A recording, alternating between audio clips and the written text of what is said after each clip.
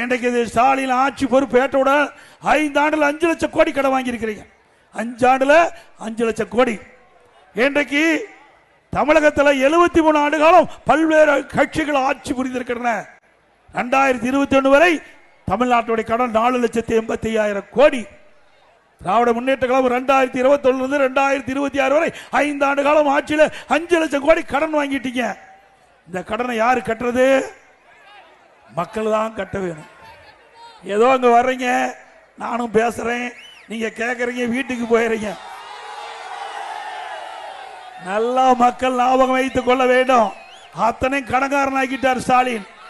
அவரை ஓட்டு போட்டு முதலமைச்சர் ஆனதுக்கு பரிசு நமக்கு கடன்காரனாக்குனது தான் மிச்சம். இந்த ஆட்சியில இதுதான் சாதனை. இந்தியாவிலேயே கடன் வாங்குவதில் முதல் மாநிலம் ஸ்டாலினுடைய அரசாங்கம்.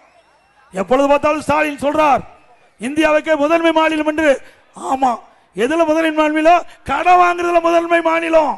நல்லாட்சினா எடப்பாடியார் தான். வாக்களிப்பீர் இரட்டை இலைக்கே.